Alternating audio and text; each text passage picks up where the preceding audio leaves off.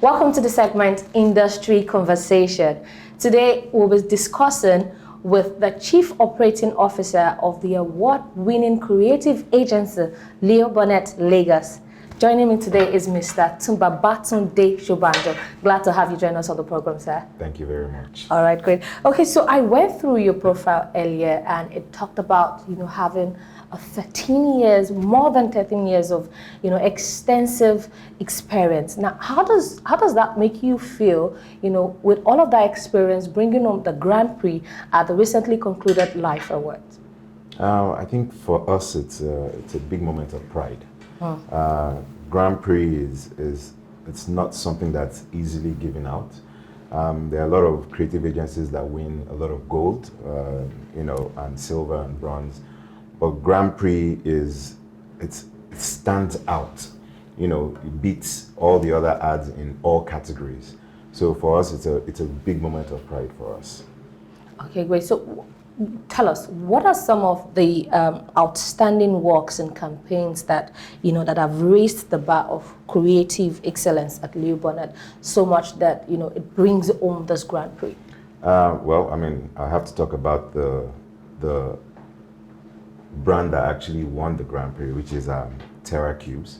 It was one that tested our limits, but I also have to give kudos to the client as well. The ambition of the client matched our ambition, and you can't ask for anything more when you have a client that has that kind of ambition and allows you to push the boundaries of creativity, and it resulted in a Grand Prix for us. Okay, that was well said. Now, given the stiff competition and harsh business environment that generally in the economy, what would you say attributed to all of the successes? I would say, a lot of hard work, but I can't take all the praise myself. I have a very dedicated team of professionals that, we spent nights, a lot of sleepless nights in coming up with the ideas and sitting with the client and then tearing it up and starting again. So I would definitely give a lot of kudos to the team behind the campaign. How would you describe Leo Burnett's position in the Nigerian creative market?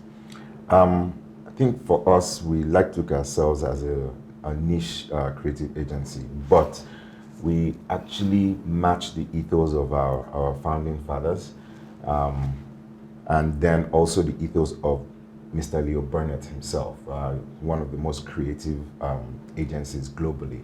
So that standard is what cuts across all Leo Burnett's, from the ones in Brazil to the UK to the US, and even now in Nigeria. So, now, what do you think informed the position of Leo Burnett? Yes. Well, Leo Burnett globally, we work with a tool called Humankind. It's not even a tool; it's a way of being, and it's been that way since the 1930s when Leo Burnett was formed. So if you go to any Leo Burnett globally, it should be the same in terms of creativity, in terms of working culture, and because it worked in the Western market, it's supposed to work here as well. So we think global and act local, and that's the way we've always been, and that's how Leo Burnett is globally. As a young and vibrant advertising practitioner overlooking the white air, what would you say is your assessment of the Nigerian creative market or industry? Overlooking the white hair. Yes. Not so young, but yes, I'll take vibrant. Okay. The Nigerian creative industry, I would say it's growing. Okay. Back in the days, you used to have to go to an advertising agency to showcase your work. You have an objective. But in today's day and age, anyone with a cell phone is a creative. It's gone beyond traditional advertising. You see a lot of skits on YouTube, kind of indirect advertising these days. So for us, I think the industry is evolving and it's growing, and I'm actually very excited for the future of the marketing space in Nigeria and Africa as a whole. Okay, so how would you assess Nigerian creative agencies in terms of practice and brand management? I think we've evolved. It's not what it used to be in the days of our forefathers. A lot of times now you have a lot of clients who actually set up their own agencies in-house. So for us now, it's more or less like, pushing ourselves beyond the regular advertising that we do, to be able to offer our clients solutions through innovations, through digital services. And we live in a creator's world now, so it's for us to embrace it and, offer our clients more than what they're actually asking for. Okay, great. So let me ask you, what would you say are the business principles and brand positioning strategies that has helped sustain Leo Bonnet's growth trajectory?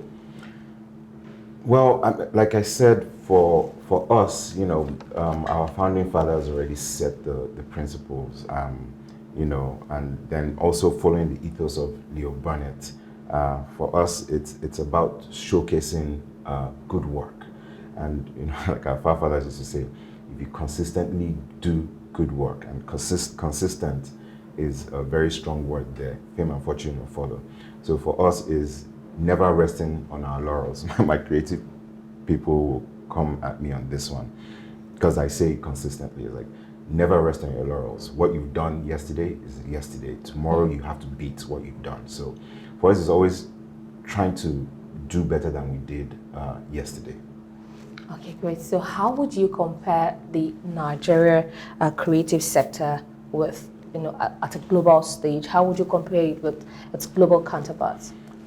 We're evolving. And I think just like the way Nigerian music is evolving and is being accepted globally, our movies are being accepted globally, I think the creative space as well is evolving into that space, and we're actually getting noticed in the Western world as well, based on our creativity and our innovations. Okay, so what's your take on the advertising industry standards of practice, introduced by ACON, the Advertising Regulatory Council of Nigeria? It's takes some getting used to, but we support ACON. For us, the rules that they're putting in place is for the betterment of the industry in Nigeria. And we're beginning to see even our clients, especially the international clients, are beginning to embrace it as well. It's not one size fits all. When you come into the Nigerian market, Nigeria dictates the pace for Africa. So you cannot take a strategy or something that has worked overseas. You have to localize it, and localizing it involves using our own people, using our own production houses. And for us, we welcome it and we embrace it with open arms. Okay, so what time frame would you recommend as payment period, for media contracts by clients? Like right away. But unfortunately, it doesn't work like that in this space. But for us, anything from 30 days and below works better as a credit facility to be able to service clients. So anything more than that, you are actually stretching the agency beyond what they are capable of. Because what we sell is intellectual property. It's not a product that we're creating and we're getting money from. It's from our thinking. So being able to put that out there, it shouldn't take more than 30 days to make payment for what you actually produced. I totally agree with you. Now let's talk about ad spend, the almighty ad spend. Now in other climes, it is always easy to get the total ad spend annually, but it's not the same in Nigeria. Why do you think this is? Well, part of our regulation, and like I said, I have to commend ALCON for what they're doing. We're now being able to gather more information. We didn't have a regulation or a body that can help us gather all this information, but now agencies are actually taking it upon themselves and doing research, seeing what is going on and comparing it to the Western world. So even for us as a group and as a business, we have a department that is constantly monitoring what's going on in Nigeria. and we're able to put together or articulate that and actually share with our counterparts, say this is what's going on in Nigeria. And our counterparts are actually doing the same for us. So it's more collaborative for us right now. And we are helping each other grow. Okay, good. So let's talk about the challenges militating against the Nigerian creative industry. What do you think those challenges are? I won't look at them as challenges. I more or less look at them as opportunities. Like I said, before I used to think the competition was another agency, but today's day and age is anybody with a cell phone, anybody with a mobile phone. You have children today's day and age who have their own YouTube channels, and brands are actually going to them and talking to them for exposure. So I won't look at it as a challenge. Like I said, it's like there are new opportunities for us to embrace. The digital world has opened a lot of things up to us. We have a lot of creators out there. Is how do we keep on innovating? The moment we stop innovating and we look at everything as competition, then I think that's the moment we start regressing. So, like I said, it's not a challenge. There are more opportunities. More opportunities, you Yes. say. Okay, so what does agency collaboration mean to you? It's actually, it's a welcome idea. I work with different groups or different agencies across Nigeria. And because of the group that we work in as well, we actually collaborate with other markets, different agencies in other markets, from Ghana to South Africa, and even the UK and the US. So the collaboration it's welcome. It's very open.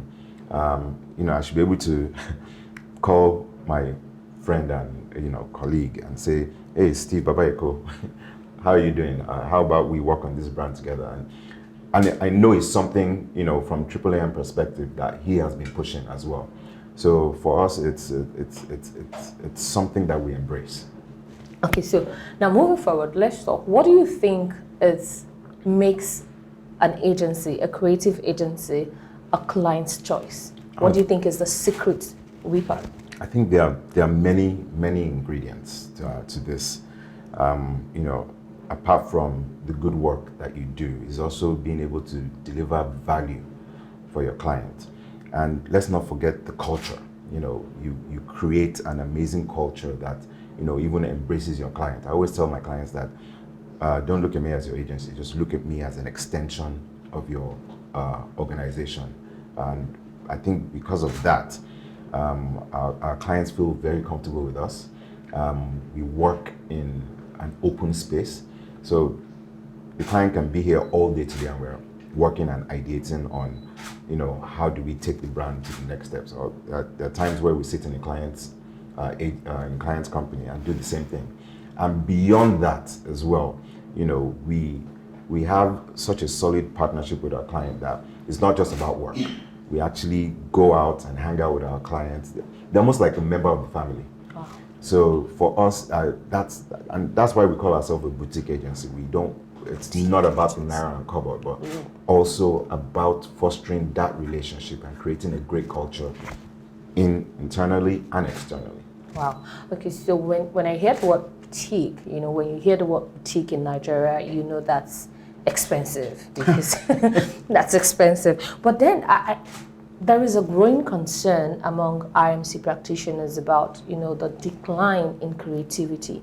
Now, would you say there is really a decline in, is creativity really taking the back seat, in the industry? I actually beg to differ and I look at it in the opposite direction. Okay. Like I said, the industry is growing and it's innovating. Okay. Back in the days, you used to, you get home, put on your TV, sometimes a commercial will come on and you'd most likely change the channel because my old creative director used to say nobody goes home to go and watch commercials. But today, the democratization of the digital world and also opening up to a new audience of people. And that new audience of people are creating amazing things, really amazing things. I watch a lot of content from different content providers. and you're able to see from all social media channels, people who are doing amazing stuff, from photography to creating short film, and it doesn't reside in an agency anymore. It resides in your home. I talk about my daughter, who is 9 years old. Her grandfather asked her to design an invitation card, sent all the information, and literally in 2 hours, this girl had designed 2 to 3 options. Wow. Yes. And even like her grandfather was like amazed that, look, you're 9 and you did this. She was like, yeah, it was pretty easy. So, that's what is happening. That's the change that's happening. She should probably be my next guest. I'm sure she would gladly do it, but she'll charge you. Oh, okay. All right, great. So let's talk about the business side of advertising and marketing. Yes. In Nigeria. Yes. What does it take? What is it? The business side of marketing and advertising in Nigeria. Well, I mean, the business side, I am an eternal optimist, right? So I would never look at the challenges or anything like that. I'm always looking for the opportunities. From what influencers are doing today to what content makers are doing. I think the industry only has upsides for me. From a business perspective, I think brands are looking for new ways of communicating or getting to their target audience. And it's up to us to innovate and come up with those new ways. And when you innovate and come up with a new way that no one is doing, you understand the naira and kobo of it, until everyone comes along. So there's always an upside to it.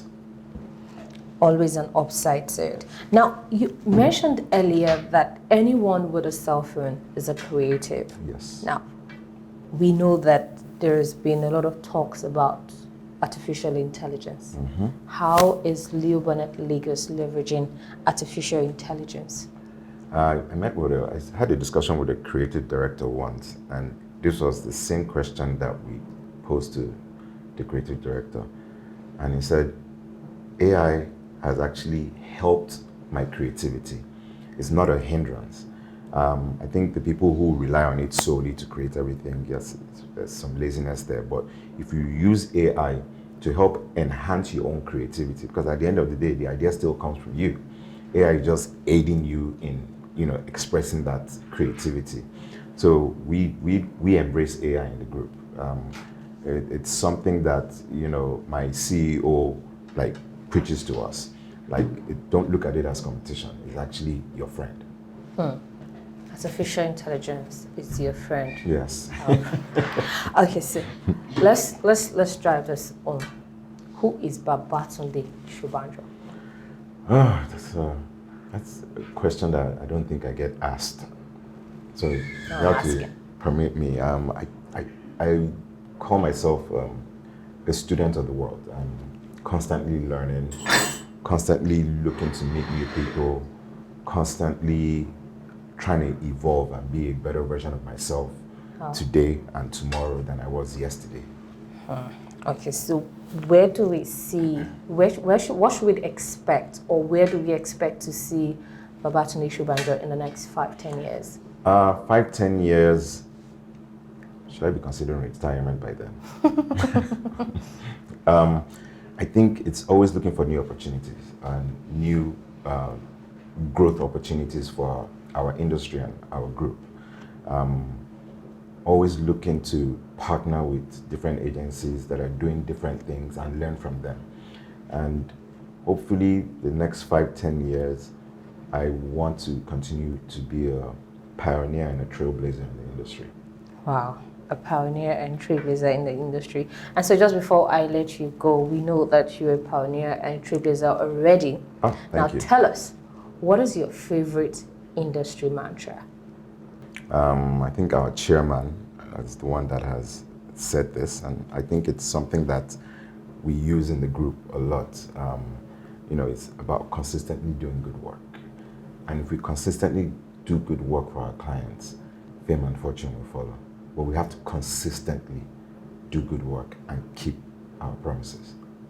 consistently doing good work. And so you've heard it, consistently doing good work. If you consistently do good work, fame and fortune would follow. And that's the much we can take on this week's episode of Marketing Urgent TV. Join us same time next week. I am Oluwabukola Omoni. Bye for now.